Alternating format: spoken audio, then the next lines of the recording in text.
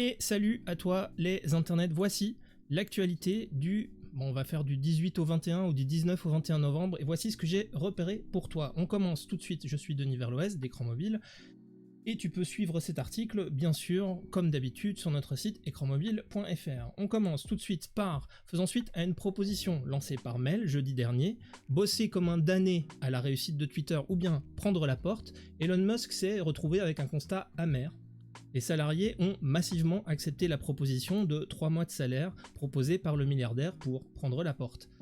Dans un article effarant, hallucinant de Business Insider que vous pouvez voir à l'écran si vous le suivez en vidéo, on nous rapporte la situation actuelle de l'entreprise dans laquelle Musk, alors ça passe par les Slack, par la diffusion de mails, en fait il y a pas mal de salariés qui diffusent leur contenu reçu, et on constate que Musk a envoyé un courrier à l'ensemble de ses salariés non écartés ce vendredi, soit un quart des salariés initiaux, et il leur a demandé s'ils avaient de quelconque fonction en développement au sein de l'entreprise de prendre contact séance tenante avec son secrétariat pour, l'idée, dit-il, est de faire une mini-réunion d'une quinzaine de minutes avec lui pour qu'il puisse jauger ce sur quoi travaillait la personne et l'état du stack, donc du code de Twitter, comment il fonctionne et quelles sont ses imbrications. C'est hallucinant parce que c'est une modalité complètement bivalente. D'un côté, elle témoigne de la capacité de Musk de se plonger directement dans le code pour en comprendre la subtilité technique, et probablement aussi donc de mieux visualiser comment il peut réorganiser ses équipes au vu de la masse salariale qui lui reste, mais aussi, ça dit aussi beaucoup de son impréparation probable à l'actuel crash test du rachat depuis début novembre. C'est hallucinant de se dire qu'avec un joujou à 44 milliards, l'homme ne connaissait pas très précisément les modalités de fonctionnement interne des équipes. Et tant qu'à gérer des incendies, puisqu'on n'en est pas à un près, eh bien, pourquoi ne pas en créer un contre-feu ? Et on le voit dans un article de French Web qui résume en français, ce sera plus simple, ce qui s'est passé ce week-end. Elon Musk avait annoncé que Trump reviendrait uniquement sur Twitter, décision initiale d'ailleurs qu'il trouvait injuste, à la faveur des décisions d'un comité d'éthique qu'il appelait à créer. Il semble que son avis, alors est-ce que c'est motivé par les événements du jeudi d'avant? Probablement. Il semble que son avis a changé et que son comité d'éthique, en fait, se soit transformé en un grand sondage sur Twitter, lancé de but en blanc, out of the blue, pour faire un petit jeu de mots avec Twitter Blue. Et que Vox Populi, Vox Dei a-t-il tweeté, et au bout de 52% de votants, sur une journée de 24 heures et plus de 12 millions de participants si mes souvenirs sont exacts, l'ex-président américain revient sur le réseau social, ce qu'il a mis d'ailleurs en pratique dans la nuit de samedi à dimanche pour nous. Le coup de buzz et l'inquiétude ont évidemment fonctionné. Dès le lendemain, la presse tech et la presse généraliste ont analysé cette décision. Prenons l'exemple, là c'est de French Web, qui résume tout ce qu'il s'est passé et les différents enjeux de ce retour de Trump sur le réseau social. Le magazine rappelle d'ailleurs qu'à ce jour, l'ex-président Trump a annoncé ne pas vouloir revenir sur Twitter, étant donné qu'il est patron d'un réseau social lui-même, qu'il s'appelle Truth Social, sur laquelle il a créé une audience captive de gens qui sont d'accord avec lui. Mais résistera-t-il longtemps, alors qu'il s'est déclaré candidat à la primaire des républicains aux États-Unis, aux sirènes de pouvoir toucher un auditorat qui n'est pas celui qu'il touche habituellement et qui sont des favoris et des gens qui sont fans de son activité. Donc on peut imaginer, et je pense que plusieurs journalistes l'ont fait d'ailleurs, qu'il trouve une manière de reposter des choses qu'il a fait sur Truth Social pour y revenir sans y revenir vraiment. Mais bref, c'est un coup de tonnerre qui est aussi une forme de contre-feu sur la situation technique inquiétante de Twitter. CNN Business étudie l'angle commercial de ce coup de buzz pour l'homme qui a tweeté « Twitter is alive » après le retour de Trump sur Twitter. L'annonce du retour du polémiste a envoyé 2 signaux au marché. 1. Oui, Twitter va continuer de compter dans le paysage médiatique. Et oui, il suffit de jeter un œil aux chiffres d'usage juste après l'annonce du retour de Trump pour se rendre compte qu'un annonceur sur Twitter continue à y trouver une audience assez large. Au moins, en tout cas, tant que des moments dramatiques portés par la possibilité qu'offre l'outil moins bien modéré ou différemment modéré, tant que des moments dramatiques comme cela n'émergent pas sur le réseau social et ne mettent pas à risque la marque qui annoncerait sur ce réseau social.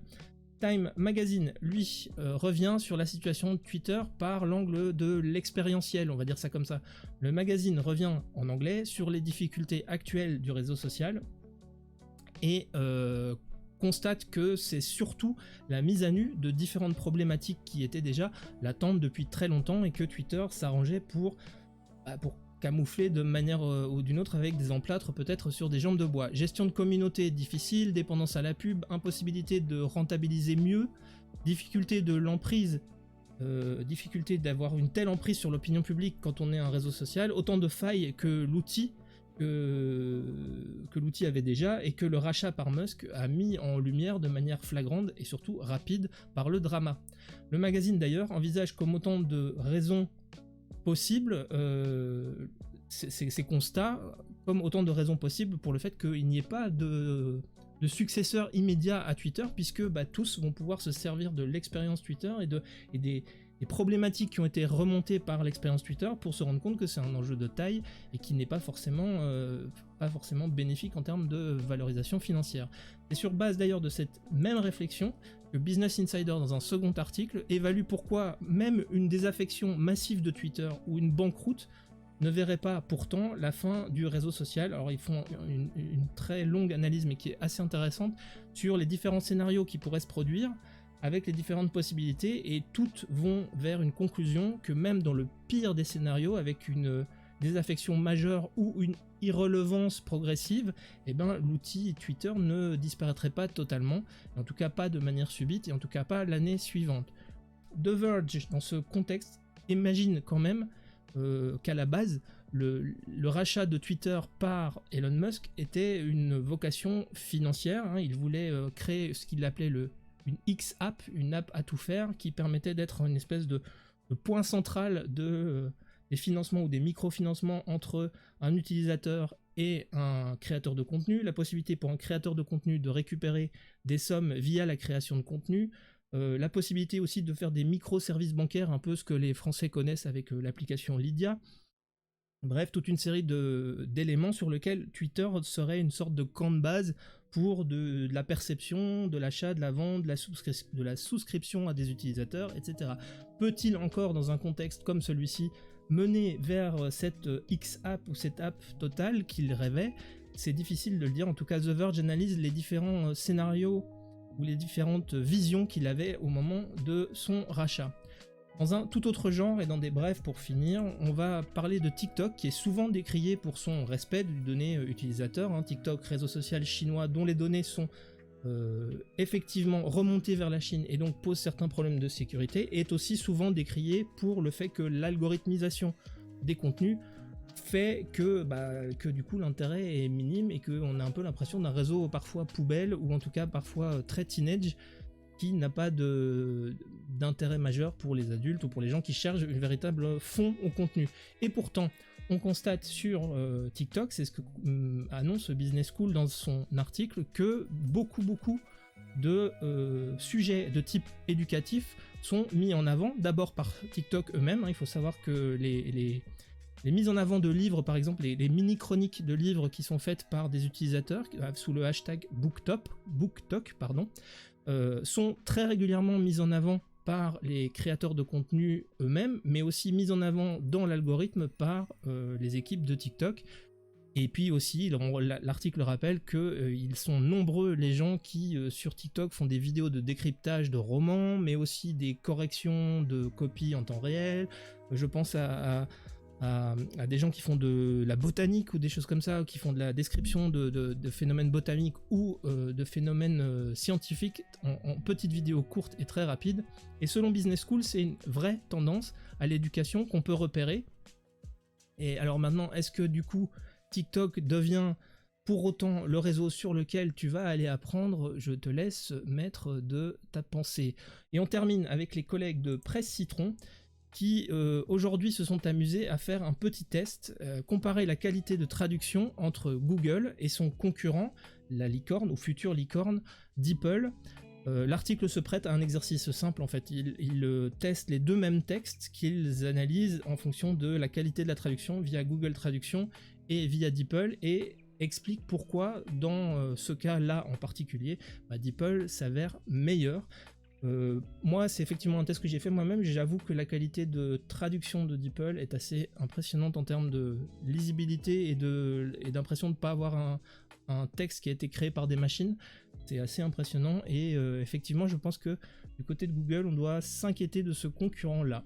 Voilà, c'est environ tout pour aujourd'hui, les internets. J'espère qu'aujourd'hui aussi, le petit récap de cette actualité business t'aura au moins apporter quelque chose, si ce n'est pas dans ta connaissance du monde du mobile, au moins dans ta connaissance générale, et que tu reviendras avec plaisir sur notre site internet, bien sûr, où je mets une version écrite de cet article avec tous les liens.